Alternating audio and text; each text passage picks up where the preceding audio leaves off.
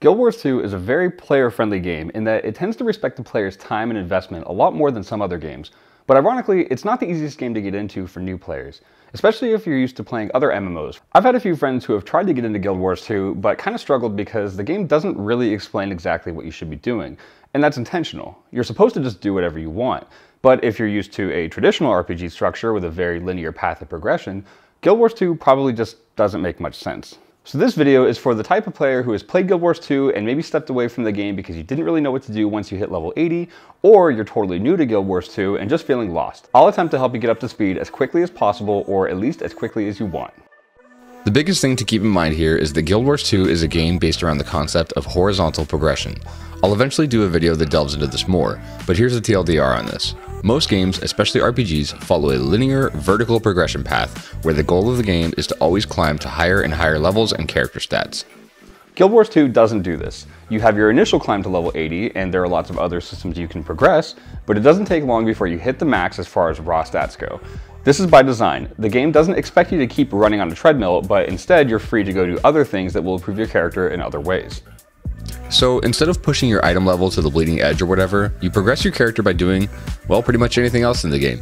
This also means that once you have a modest gear and build setup, you really aren't pressured to keep up with other players or punished for falling behind, and practically everything you do choose to spend time on will make your character or account better in some way. Let's see what this actually looks like. You make your character and hit level 80, either by leveling normally or using a boost, and now you're not sure what to do. Well, the most obvious thing to do is to progress the story. The core story is pretty rough, but immediately after, we have Living World Season 1, then Season 2, Heart of Thorns Season 3, Path of Fire Season 4, Icebrood Saga, and End of Dragons. There's a lot. The writing and story presentation quickly improves a lot after the core game, and in my opinion, it peaks with Path of Fire in Season 4. But let's say you don't really care about the story, you just care about making your character better. While a lot of the progression is tied to the story, you can do the main story chapters in basically any order. So you can jump into Heart of Thorns, unlock gliding, and progress the mastery path for it, which makes you more maneuverable in the air. You can also unlock jumping mushrooms and various other masteries that you'll use in the Heart of Thorns maps. You can also jump into Path of Fire and unlock more mounts. The story will naturally have you obtaining the first few primary mounts too, but you can also just skip ahead and get them as long as you progress the mastery paths for them in order. For example, you'll need canyon jumping on your raptor before you can get the Springer. Once you complete the Path of Fire story, you can work on the Griffin. It's a much bigger grind than the others, but it's also a great way to become familiar with a lot of the game world and the mechanics in Guild Wars 2. If you complete Living World Season 4, you can also unlock the Roller Beetle, which is the zoomiest mount, and the Sky Scale, which is the quote true flying mount, though I still have a soft spot for the Griffin personally. If you're not married to progressing the story in order, I actually would recommend obtaining gliding and some of your mounts first. Having them makes getting around the world much easier. You can actually get a head start if you have the End of Dragons expansion. Just complete the first story chapter in End of Dragons, and as soon as you're done and settled down in Cantha, you'll automatically unlock gliding. The Raptor mount is also given to players at level 10 if you've purchased any of the expansions, but keep in mind you'll still need to at least start working on the Path of Fire story in order to progress the mastery path for it.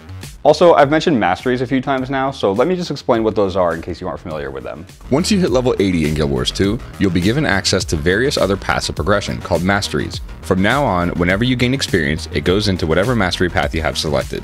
Then, when you fill up a bar of experience, you can spend mastery points to complete that tier and start progressing the next tier. These are broken up by region. So, for example, when you're in a Heart of Thorns map, it will progress whatever Heart of Thorns mastery you have selected. You can also freely switch around whatever available mastery you'd like to progress, and it saves any progress you've already made.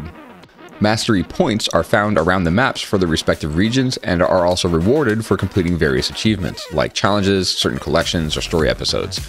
If you need more mastery points, open up the hero panel, then the achievements tab, and use the gear button here to filter by achievements for whatever mastery point you need. The insights are easiest to get since they're just waiting in the world for you to collect, but you can also look up any on the wiki for more info. So you've unlocked some mounts, you can glide like a pro, now what? Well, once you hit level 80, you also get access to your elite specializations. Elite specs go in your third trait line, and they each offer unique abilities and playstyles. They're kind of like subclasses that let you advance your profession further, but since this is Guild Wars 2 we're talking about, it's important to point out that the different elite specs aren't necessarily better or worse than one another, they're just different ways to play your class, though they are generally better than just the core professions. To unlock any elite spec, you'll need to have maxed out all of your trait lines, which usually can be done by hero points you just collect along the way to level 80. You'll also need to have purchased the expansions, as each expansion brought its own set of elite specs to the game. And while Guild Wars 2 is pretty friendly in that it lets you kind of play whatever you want, at least having one elite spec unlocked is practically obligatory for participating in endgame content. But let's assume you just want to dive into endgame content and join your friends.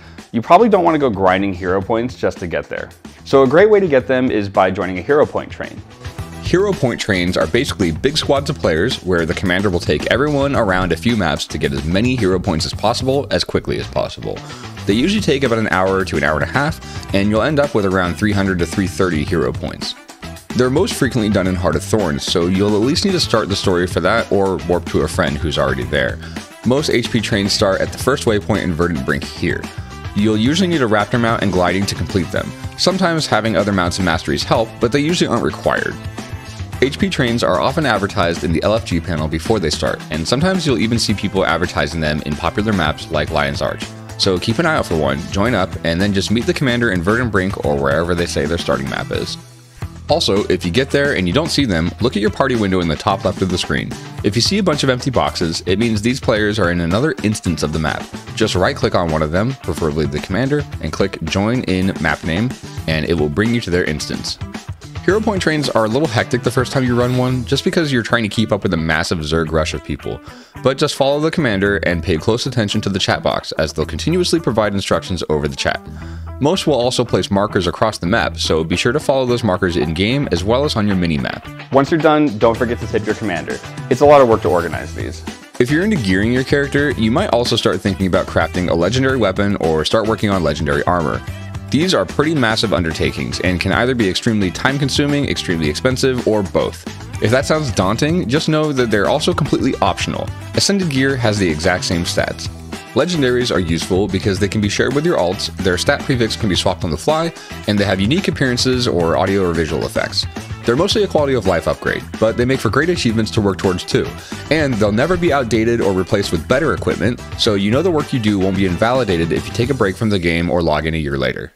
The last thing I'll talk about today is endgame content. This comes in a lot of forms, but I'll just briefly touch on each of these. World bosses are large bosses that appear on a schedule. They require participation from lots of players, but they're usually pretty quick and easy to jump into, and they give good rewards in the form of items and gold. Really, the only thing you'll need are a good amount of waypoints unlocked to reach these quickly, and you can pick up a world boss portal device from the gem store if you want. You can see the timers for world bosses by checking the event timer on the Guild Wars 2 wiki. You can also quickly jump to this page from in-game by typing /wiki-et in the chat box and hitting enter. The event timer will also show you meta events. Metas are large-scale group events that usually follow a timer, but may also require player participation in pre-events to start them. These vary in scale and difficulty, but they often involve almost the entire map to participate, and the majority of them can be completed with little or no prior knowledge of mechanics. If in doubt, check the wiki or just ask in-game. People will be happy to explain important mechanics since it will only benefit everyone. Meta events take longer than world bosses, but they often give much better rewards, and a lot of them are really fun to do. Fractals are one of the most popular forms of endgame content in Guild Wars 2, and can also be one of the most profitable. These are 5-player instanced, fast-paced mini-dungeons that scale in difficulty. If you're familiar with Mythic Plus dungeons from World of Warcraft, those were basically a carbon copy of Fractals. But because of the way they scale, they're actually very easy to get into. I have a whole series dedicated to helping you get into Fractals, so go check it out. Then we have strike missions, which are 10-man instance group content. Strikes are like single raid bosses, and they kind of serve to help get you ready for raids. They range in difficulty. The first few in Icebrood Saga are extremely easy to complete, to the point where people often refer to them as Easy 3 or Fast 5. On the other end of the spectrum, Harvest Temple Challenge Mode, which is one of the End of Dragon strikes, is currently considered the hardest endgame encounter in Guild Wars 2. Point being, there's a lot of room to grow and learn in strikes, and they don't take up as much time as raids typically do. Finally, raids are extremely popular, a lot of fun to do, and give great rewards. Raids are my favorite type of group content in Guild Wars 2, and doing them successfully will require a group of 10 players to communicate and cooperate. These are a little more difficult to get into, and I'm probably going to do a video series in the future to help with this. But just know that the best way to get into them is through a guild, and there are plenty of guilds out there dedicated to helping teach and train raids. I'll link a few of them in the description below. Raids are usually made up of 3 or 4 bosses, sometimes with some events or puzzle mechanics chaining them together. They all have some significance to the game lore and story, they feature a myriad of different mechanics, and they vary widely in difficulty. Fractals, strikes, and raids will also make obtaining legendary and ascended gear easier. Many legendary collections require various achievements that are only found in these. A lot of them have ascended gear drops, and strikes and raids both reward currencies that can be used to purchase ascended gear from specific vendors. These are blue and green profit shards for strikes and magnetite shards for raids. Another thing to note about challenging endgame content is that while your character won't continue to scale up in stats, Guild Wars 2 is structured in a way that a lot of the content is gated by your actual player's skill. A lot of it's easy to get into, but as you progress, you'll have to get better and better at understanding combat mechanics and learning each encounter. To me, this is what makes progressing in Guild Wars 2 so unique. It takes more commitment, but in my opinion at least, it's more rewarding, and it's what makes it more satisfying to excel at.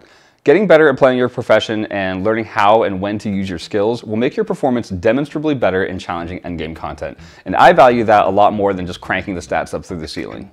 If you're still looking for things to do, check out the achievements panel. Building your achievements score is kind of a game mode in itself. A lot of people really like to hunt these and get that number as high as possible. The achievements panel can pretty much be used to track anything you progress, from jumping puzzle completion to legendary item collections to mastery points. It's an extremely powerful, hidden in plain sight sort of tool. Also, don't neglect the daily tasks. The Central Tyrian dailies are super quick and easy to do and will reward you with gold and items, including some that are difficult to collect but necessary for crafting legendary gear. But there are also daily fractals, strikes, and more, and all will have increased rewards over their regular counterparts. Alright, if you've made it this far, you've seen that you can unlock a ton of quality of life features like mounts and gliding, expand your character's abilities through elite specs, and you can complete endgame content in varying difficulties. At this point, you probably have a better feel for how Guild Wars 2 encourages players to set their own goals and rewards you for accomplishing them. Also, keep in mind Guild Wars 2 never really punishes you for taking a break, either from specific things you're working on or from the game itself. So if you decide to undertake a larger goal like unlocking your sky scale or building a legendary weapon, don't be afraid to take a break from it and focus on something else for some time. You can freely pick it back up whenever you feel like, and your character will never fall behind in the meantime. While some people getting into the game might be scratching their heads thinking there's nothing to do, there's actually 10 years worth of content to work on. For the cost of the game and the DLC, it's actually pretty insane value for money. If you found this video helpful, please consider leaving a like or even subscribing. Every little bit helps the channel. Thank you for watching, and I'll see you in the next one.